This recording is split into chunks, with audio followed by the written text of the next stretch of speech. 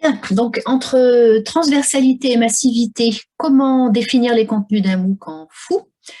Donc nous allons dans cette présentation nous intéresser au MOOC français, qui est donc destiné à la préparation à la mobilité entrante des étudiants étrangers, et qui se situe pour cela dans le champ du français sur objectif universitaire. Et donc nous tenterons dans cette présentation de mettre en regard nos choix de contenu et leur réception par les participants à ce MOOC. Alors, nous allons d'abord très succinctement rappeler le contexte français en ce qui concerne la mobilité étudiante. Puis ensuite, à la lumière de quelques repères théoriques qui porteront sur le français sur objectif universitaire, nous préciserons quelles ont été nos options méthodologiques pour définir les contenus de ce MOOC. Mais ce que nous tenterons surtout de faire, c'est à la lumière de différents indicateurs qui sont issus de la première session du MOOC qui a eu lieu en mars-avril 2020. Donc, nous tenterons de comprendre si ces choix méthodologiques ont été en adéquation avec les besoins et les attentes du public ciblé.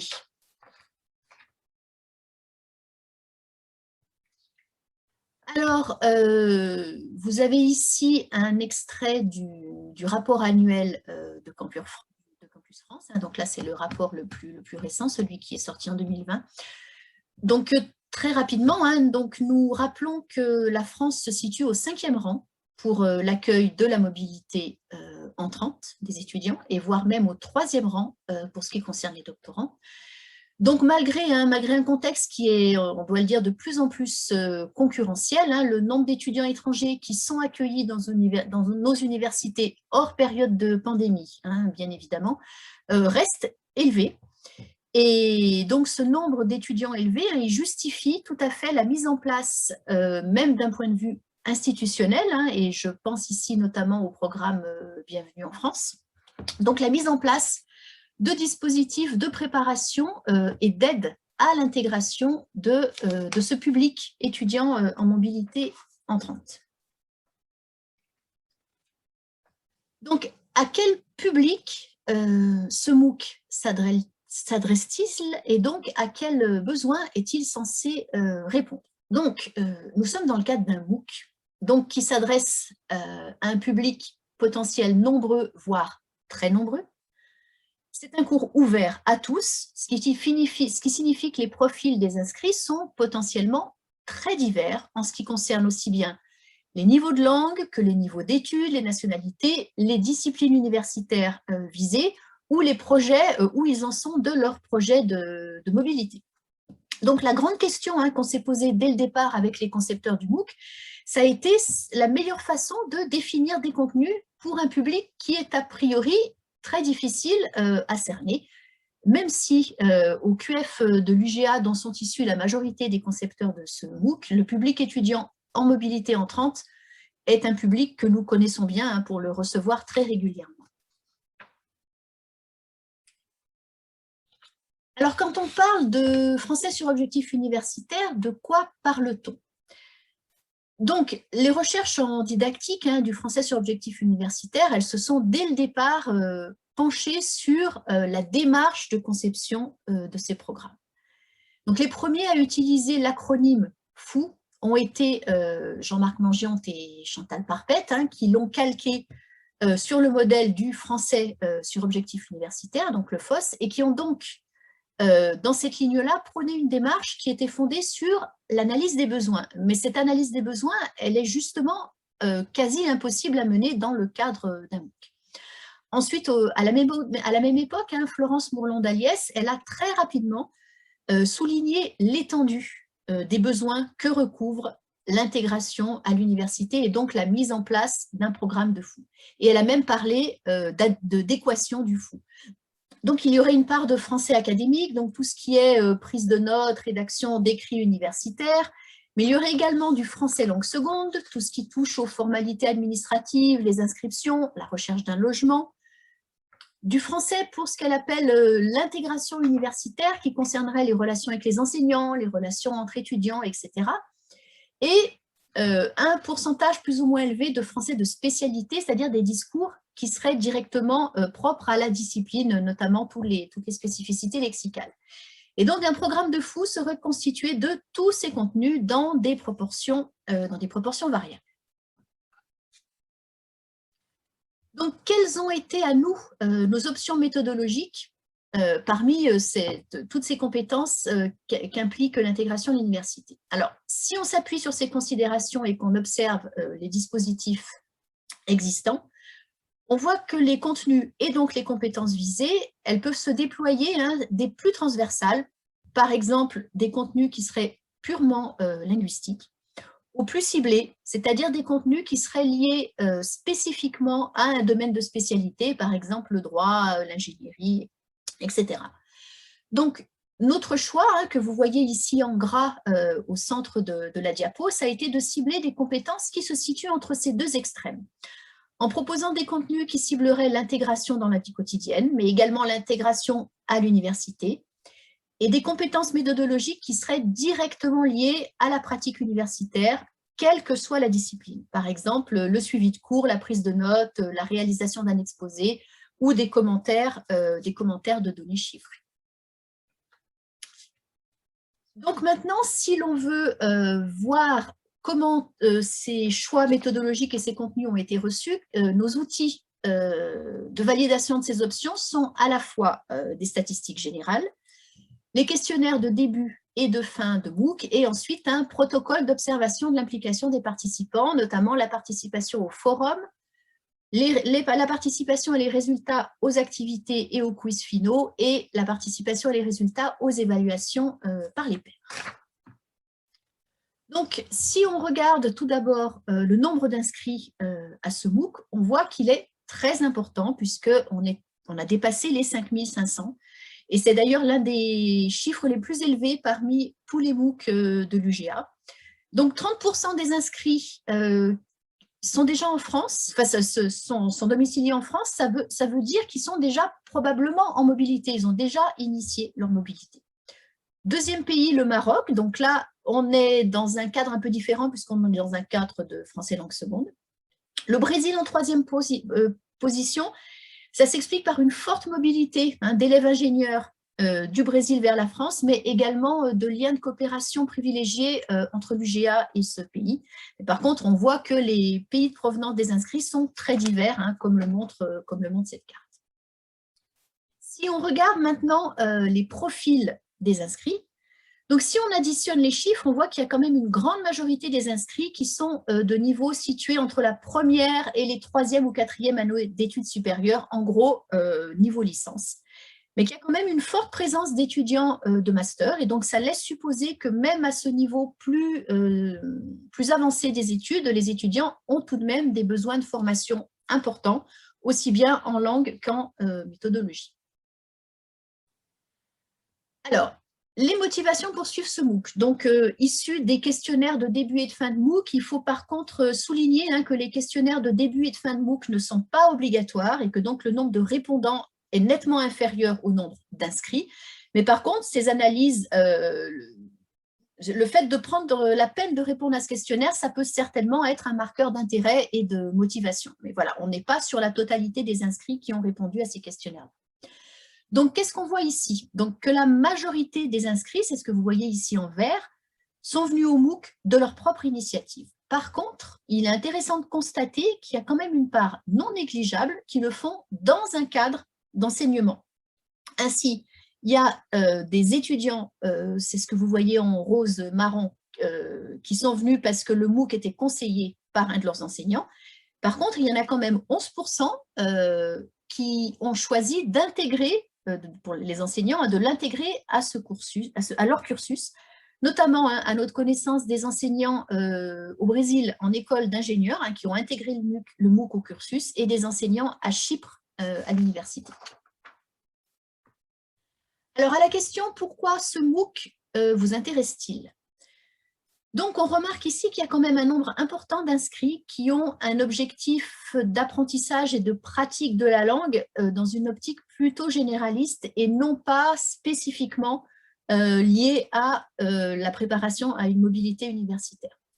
Donc, on peut légitimement se demander si cette portion des inscrits aura d'une part le niveau de départ nécessaire pour suivre le MOOC, et d'autre part, si la motivation se maintiendra face à des contenus qui relèvent de la méthodologie universitaire et non pas des seules compétences linguistiques.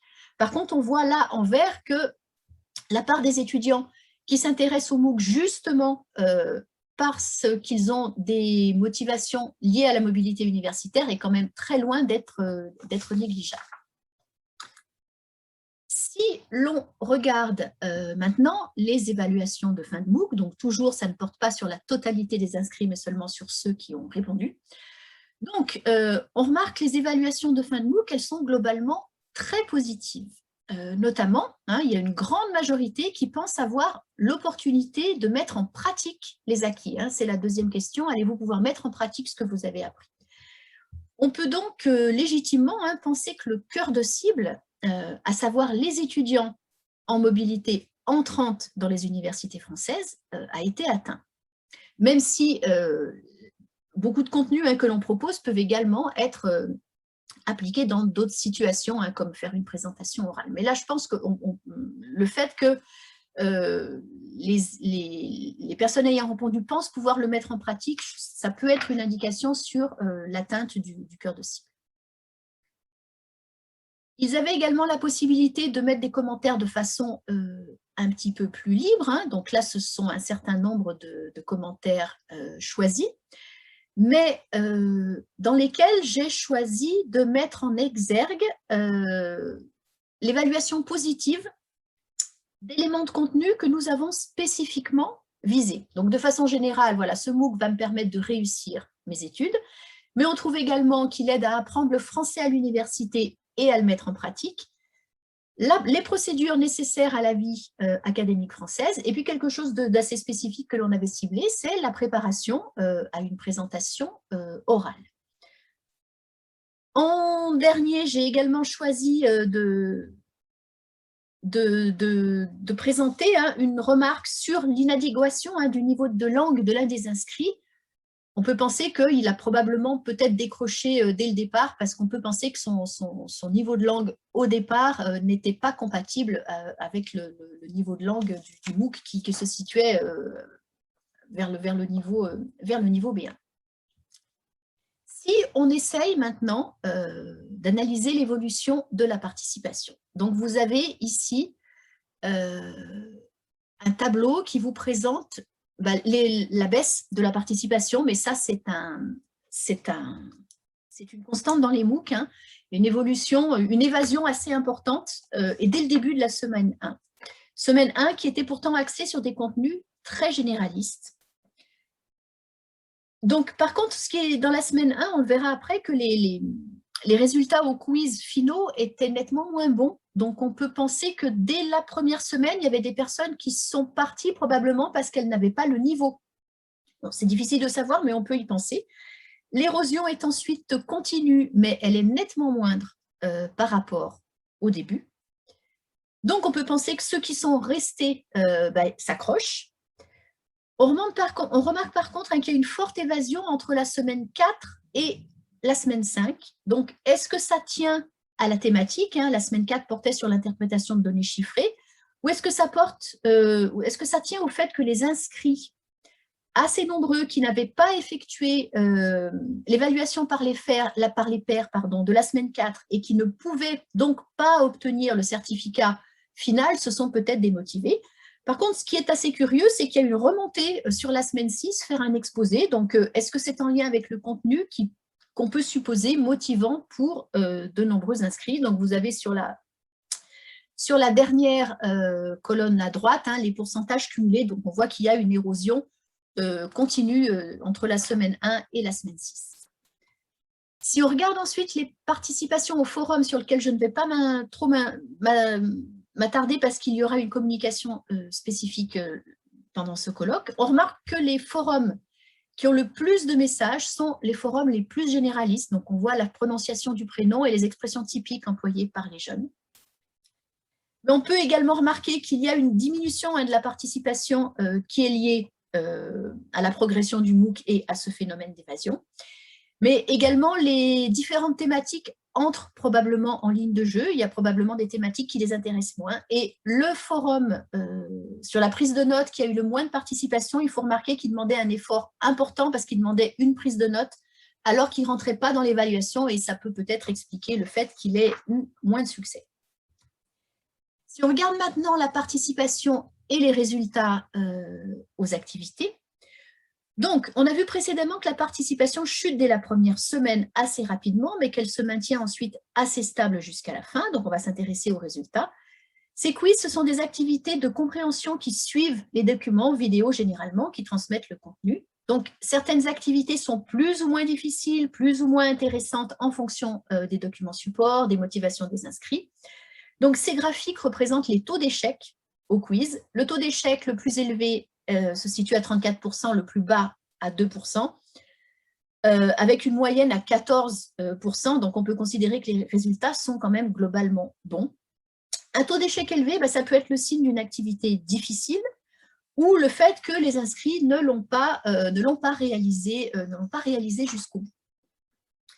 Si on regarde maintenant la participation et les résultats aux quiz finaux, c'est-à-dire qui rentrent dans l'attestation, dans l'évaluation finale, on remarque, comme les remarques précédentes, qu'il y a une participation qui baisse rapidement dans un premier temps, mais qui ensuite se maintient stable. Quant aux résultats, on voit que les taux d'échec sont très bas. Et on peut donc en tirer la conclusion qu'étant donné que ces quiz reprennent ce qui a été vu au cours de la semaine, bien les inscrits ont probablement bien suivi et on peut supposer bien assimiler les contenus. Si on regarde la participation aux évaluations par les pairs, donc je rappelle très rapidement le principe de l'évaluation par les pairs dans un MOOC. Pour obtenir une évaluation de son devoir, on doit évaluer au moins 3 autres productions. Donc il y a une différence de devoir corriger entre la première évaluation par les pairs et la deuxième, qui tient probablement à une meilleure communication sur les modalités d'évaluation. Mais les résultats sont quand même globalement très positifs et donc on peut probablement en déduire qu'il y a eu une bonne assimilation des contenus et une bonne application des consignes, puisqu'on était là dans la rédaction d'un mail et la rédaction d'un commentaire de graphique. Alors, quelle conclusion générale on peut tirer de tout ça? Bon, première chose, il y a effectivement une forte évasion, la différence entre le nombre d'inscrits et le nombre de certificats délivrés. Donc, c'est une caractéristique qui est propre au MOOC. On peut supposer qu'il y a eu une évasion des inscrits qui n'avaient pas le niveau de départ adéquat. Il y a peut-être eu également une évasion des inscrits qui étaient plus intéressés par un MOOC de langue. Peut-être, bon ça c'est des suppositions, on ne peut pas en être complètement sûr. Si on regarde par contre la participation au forum, aux activités, aux quiz et aux évaluations par les pairs, il y a probablement une participation au forum, etc. améliorée par probablement une intégration dans une communauté apprenante. Mais il y a quand même une activité, des activités et des résultats très positifs, avec des très bons résultats, et on peut en penser que c'est quand même un bon indicateur de suivi. En ce qui concerne les contenus, alors il y avait effectivement une motivation généraliste, progresser en langue, qui était très présente au départ, mais si on regarde les évaluations de fin de MOOC, il y a des contenus spécifiquement français sur objectifs universitaires qui sont évalués positivement, voire très positivement. Donc, je pense qu'on peut assez légitimement en déduire que ce MOOC a répondu, au moins en partie, aux besoins des inscrits qui avaient rejoint ce MOOC avec vraiment des attentes liées au français sur objectifs universitaires et à une mobilité entrante dans des universités françaises. Voilà, je vous remercie.